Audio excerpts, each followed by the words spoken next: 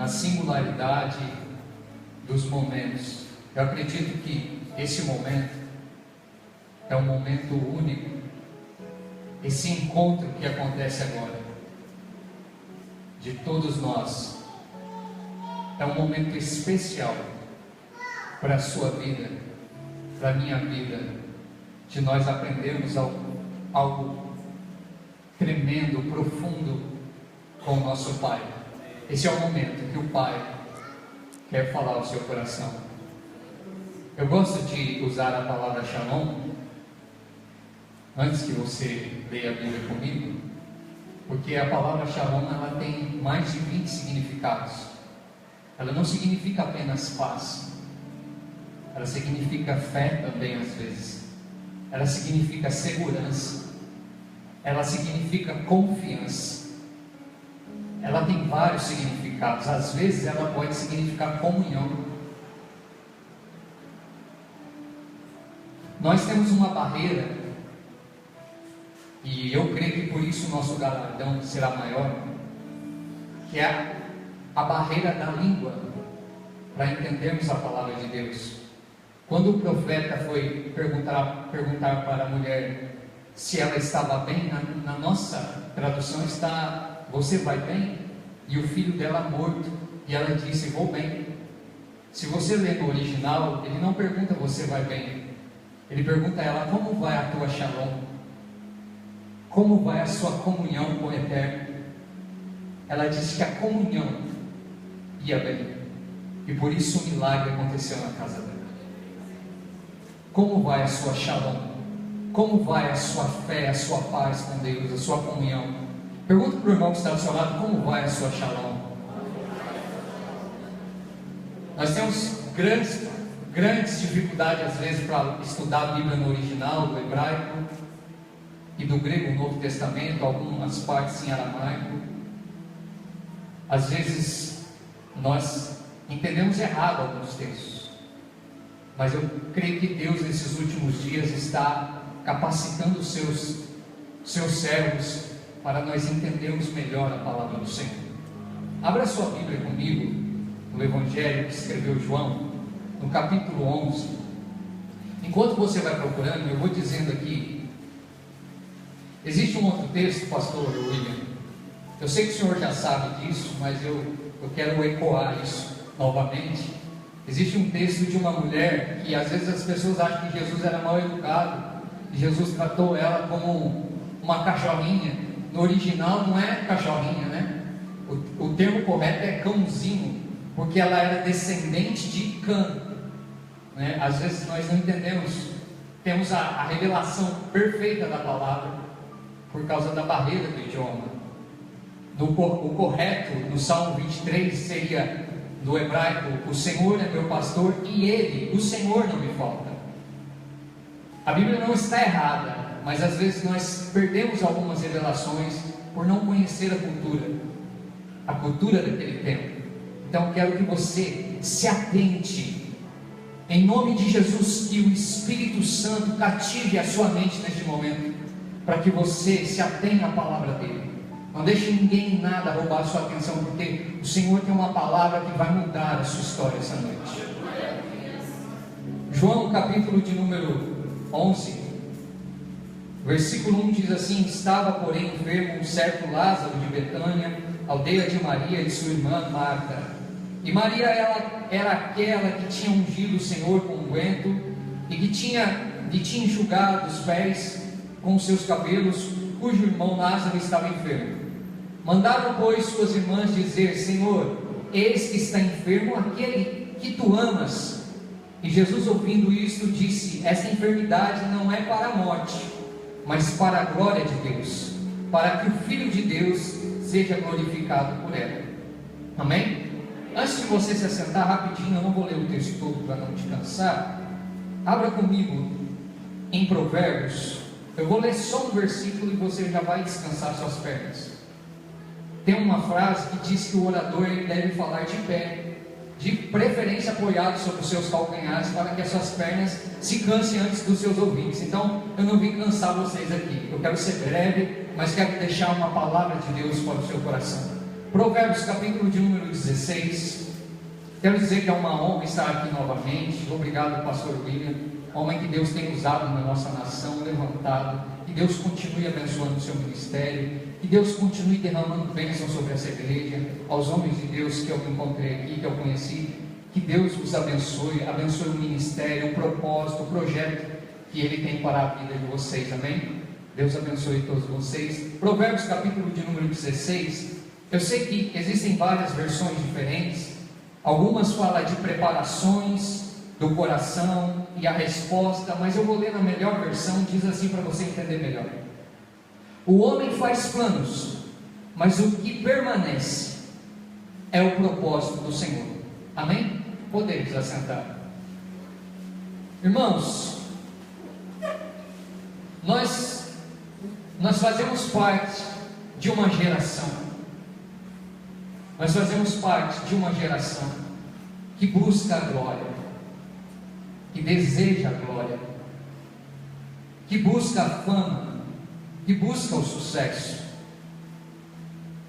Nós fazemos parte de um mundo que ensina que o homem tem que buscar os desejos do seu coração. Entretanto, quando nós examinamos a palavra de Deus, quando nós nos submetemos ao senhorio de Cristo, nós descobrimos que as nossas vontades, elas têm que estar debaixo da vontade de Deus, que não é a minha vontade, que não é o que o meu coração deseja, mas é aquilo que o Senhor tem projetado, tem planejado. Eu tenho que estar submisso à vontade do Pai. Preste atenção nisso. O texto que eu li diz que o homem tem planos, mas o Senhor tem um propósito. Eu vou repetir para você entender melhor. O homem tem planos, olha a palavra no plural. Planos. O homem tem desejos. O homem tem vontades. O homem, ele quer construir, ele quer crescer, ele quer conquistar, e nada disso é ruim. Tudo isso é muito bom. Mas às vezes nós que servimos a Deus, questionamos a Deus, por qual razão? Por que é que as nossas coisas não dão certo?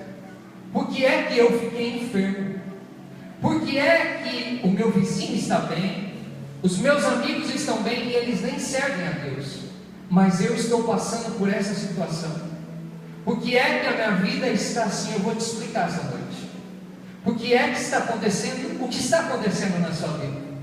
Por que é que essa dor insiste em permanecer? Por que é que esse sofrimento te alcançou? Por quê? Porque existem duas coisas, e se você sair daqui com isso na cabeça, eu me tenho por satisfeito de entregar a palavra de Deus para você.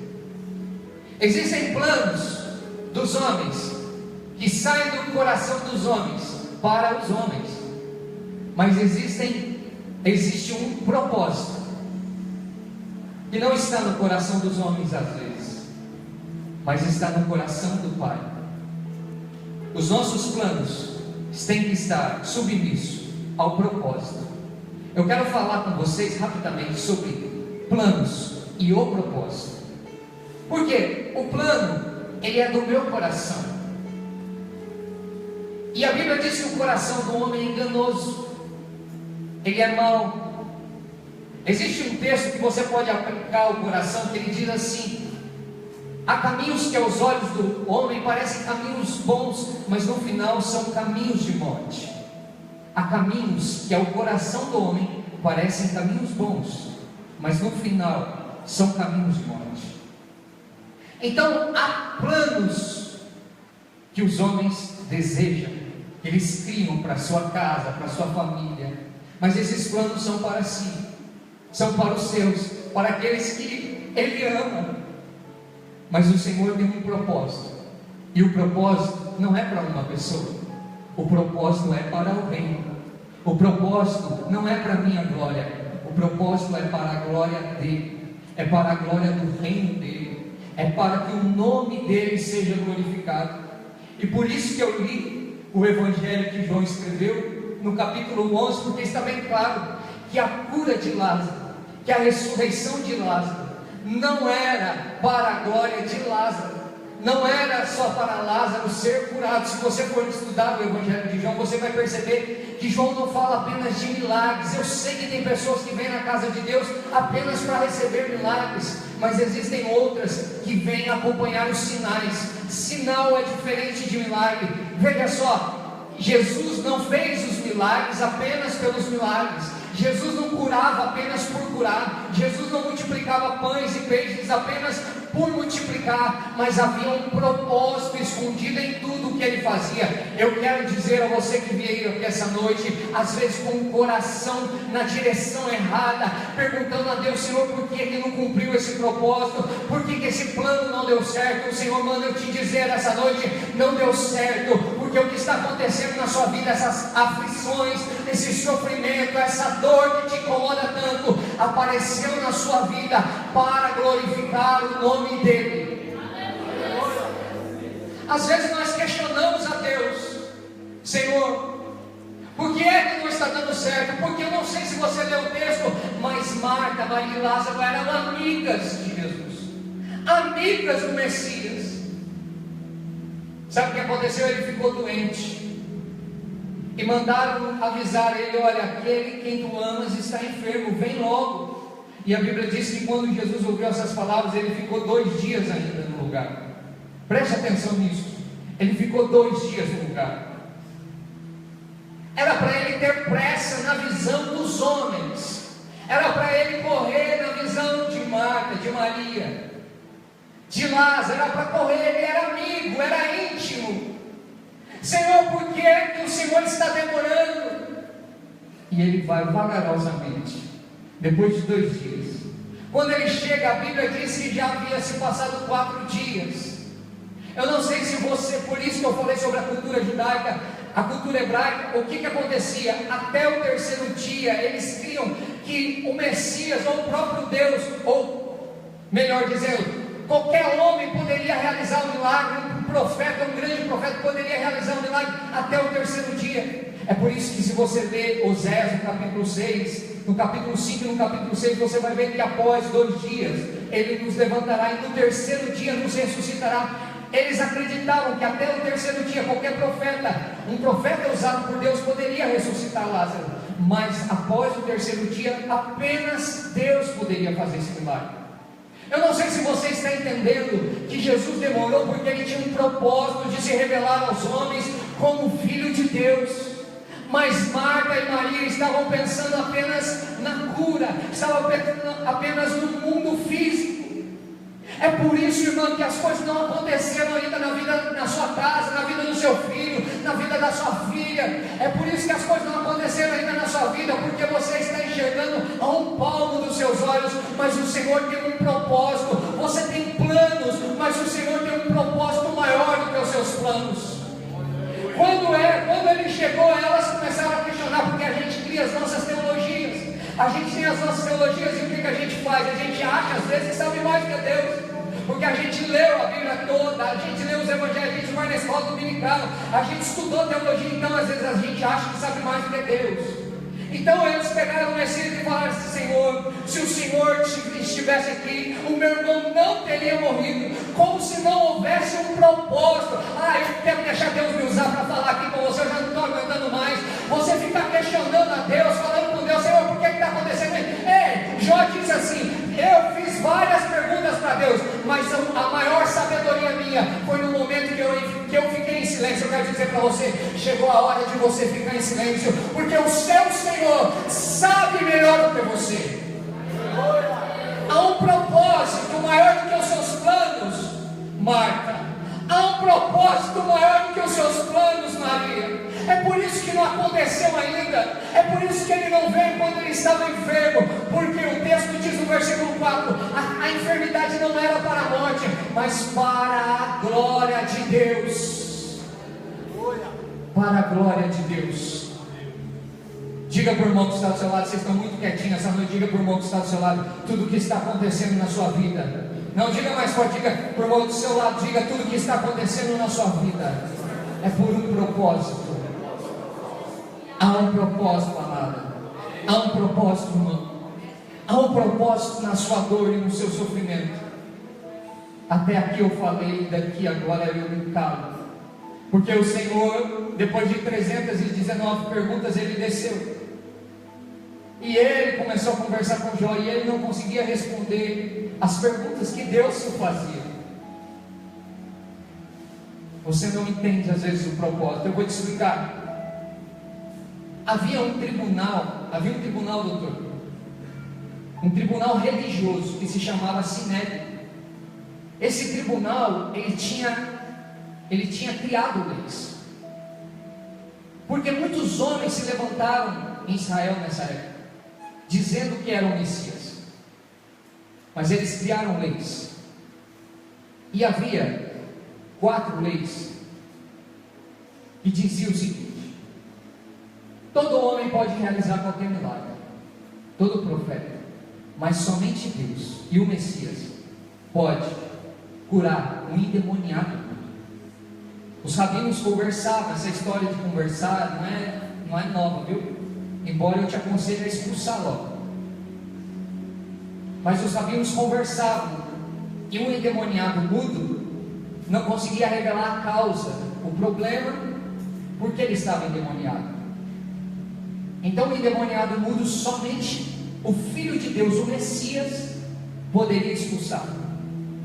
Segundo milagre que só o Messias poderia realizar: curar um leproso homem após a lei. Eu sei que você pensou nisso daí, que deu 7 mergulhos, mas ele não era judeu, tinha que ser judeu. Eu sei que você pensou também em Miriam, mas isso foi antes da lei. Depois da lei, depois da reunião desse tribunal, somente o Messias poderia curar um leproso. Ele curou mais de um.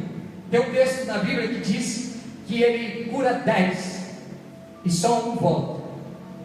Eu não sei se vocês sabem, mas os leprosos, quando eles eram curados, eles tinham que voltar para oferecer uma oferta. Eu tenho certeza que os 9 não voltaram, porque eles esqueceram de ofertar a Deus. O terceiro milagre que só o Messias poderia realizar, sabe qual é? Expulsar um endemoniado mudo, o demônio de endemoniado mudo. Curar um homem leproso após a lei. E terceiro, curar um cego de nascença. Alguns estudiosos vão além e dizem que somente o Filho de Deus poderia ressuscitar um morto após o terceiro dia. Se você ler todo o Antigo Testamento, o Tanakh, você vai descobrir que os profetas ressuscitaram 3 pessoas. Há uma ligação profunda do número 3 com as ressurreições.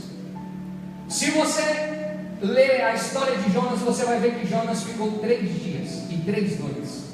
Alguns dizem até que ele morreu, outros não. Se você ler os evangelhos, você vai ver que Jesus ressuscitou 3 também. 3 pessoas. E Jesus foi o 7º a ressuscitar. Vai ver coincidência esse número 7. Presta atenção nisso. Maria e Marta, eu quero conversar bem mansinho assim com vocês, para vocês entenderem a palavra de Deus. Presta atenção nisso. Maria e Marta achavam que o irmão tinha que ser curado. Ela tinha um plano, mas o Senhor tinha um propósito maior do que o plano. Eu sei que você está triste, com o seu coração angustiado, e veio aqui e orou para Deus e disse: Senhor, eu não quero mais carne, eu não quero mais servir, eu não quero mais fazer isso e nem aquilo. O Senhor manda eu te dizer essa noite, o Senhor manda eu dizer a você essa noite: esses planos que você tem são menores que o propósito que Ele tem para a sua vida. Você tem plano, mas o Senhor tem um propósito. E você pode ter planos, mas o que prevalece é o propósito de Deus. Existem planos, mas o Senhor tem um propósito, e o propósito é para a glória do nome dEle. Ele não queria apenas curar Lázaro, para Lázaro ser apenas curado. Ele queria ressuscitar Lázaro após o terceiro dia, para dizer a todo Israel e a todo mundo antigo que o Messias havia vindo, que o Filho de Deus havia se manifestado na terra.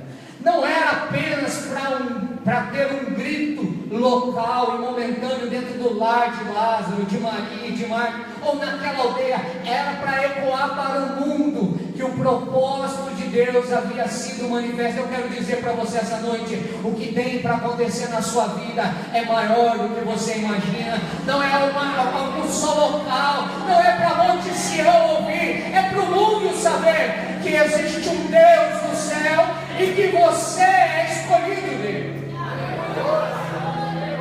Está entendendo, irmã? Porque às vezes, as coisas não acontecem do jeito que a gente quer. Porque assim como os nossos caminhos são mais baixos do que os caminhos dele, assim como os céus são mais altos do que a terra. Veja, Deus tem um propósito. Não deu certo o relacionamento, eu sei, está doendo, eu sei, mas há um propósito nessa sua dor. Às vezes, pastor, Deus esconde as coisas da gente, a gente não entende. Existe um mistério para o futuro, existe um mistério até na nossa identidade. Deus te usou aqui quando você disse aquele texto. Às vezes Deus esconde quem nós somos de nós mesmos. Às vezes nós temos crises de identidade, às vezes nós não sabemos quem nós somos. Às vezes a pessoa quer sair da igreja, não é porque ela é má. Às vezes a pessoa ela quer desviar porque ela não sabe quem ela é, e Deus é quem está guardando a sua identidade. Não, isso não é verdade. Eu vou te dizer, Provérbios 25:2, a glória de Deus é esconder as coisas. Deuteronômio 29 diz assim, que as coisas escondidas pertencem a Deus. Um dia Jesus foi ministrar e ele disse assim: olha, graças te dou, Pai, porque ocultaste essas coisas dos grandes, mas revelaste aos pequeninos. O nosso Deus é um Deus que às vezes esconde as coisas, e às vezes Deus não esconde só as coisas, Deus esconde as pessoas. Às vezes Deus preserva a identidade delas. Sabe por que Deus preserva a identidade? Eu vou te explicar. Às vezes Deus...